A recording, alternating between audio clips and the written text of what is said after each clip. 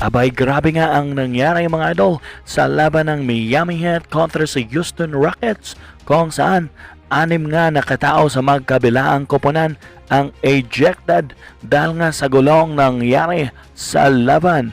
Tara na't celebrate natin mga idol kung ano-ano nga ba ang nangyari sa laban ng Miami Heat kontra sa Houston Rockets.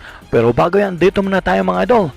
Alam nyo ba na matagal na palang sinusubaybayan ni Coach JJ Redick itong si Dorian Finney-Smith bago pa naman naging head coach si JJ Redick sa Lakers ay nakita na nga at napahanga nga si Coach JJ kay Dorian Finney-Smith mga idol nung nasa Dallas Mavericks pangalang ito naglalaro dahil nga raw sa kanyang pagiging 3-and-D player. Yan nga ang nasabi noon ni JJ Redick sa kanyang naging podcast. Ayon pa nga kay JJ Redick mga idol na very fit nga raw itong si Dorian Finney-Smith kahit saang kupunan pa nga raw ito mapupunta. The one guy, you know, I just got to shout out because I love watching him play, and I've played against him now for a few years, and he does so many things that just don't show up in a box score, and that's Dorian Finney-Smith, or as he's affectionately known as Dodo. But you know, Dodo is he's just an awesome player, and he's a player that can fit on any team in the NBA. I think he's incredibly valuable.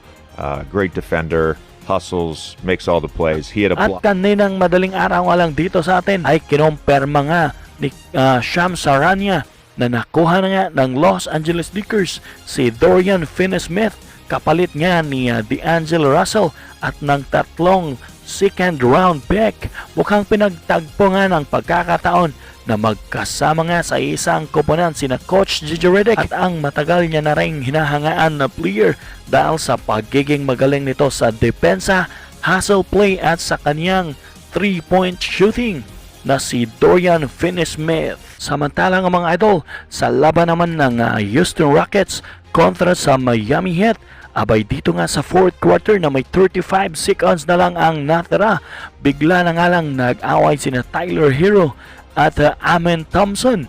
At hindi lang yan mga idol, mukhang mala-wrestling nga ang nangyari dahil ibinagsak nga sa floor itong si Tyler Hero ni Amen Thompson. Dahilan nga para sumaklolo naman ang ilang Miami Heat player at pati na rin ang Houston Rockets bench.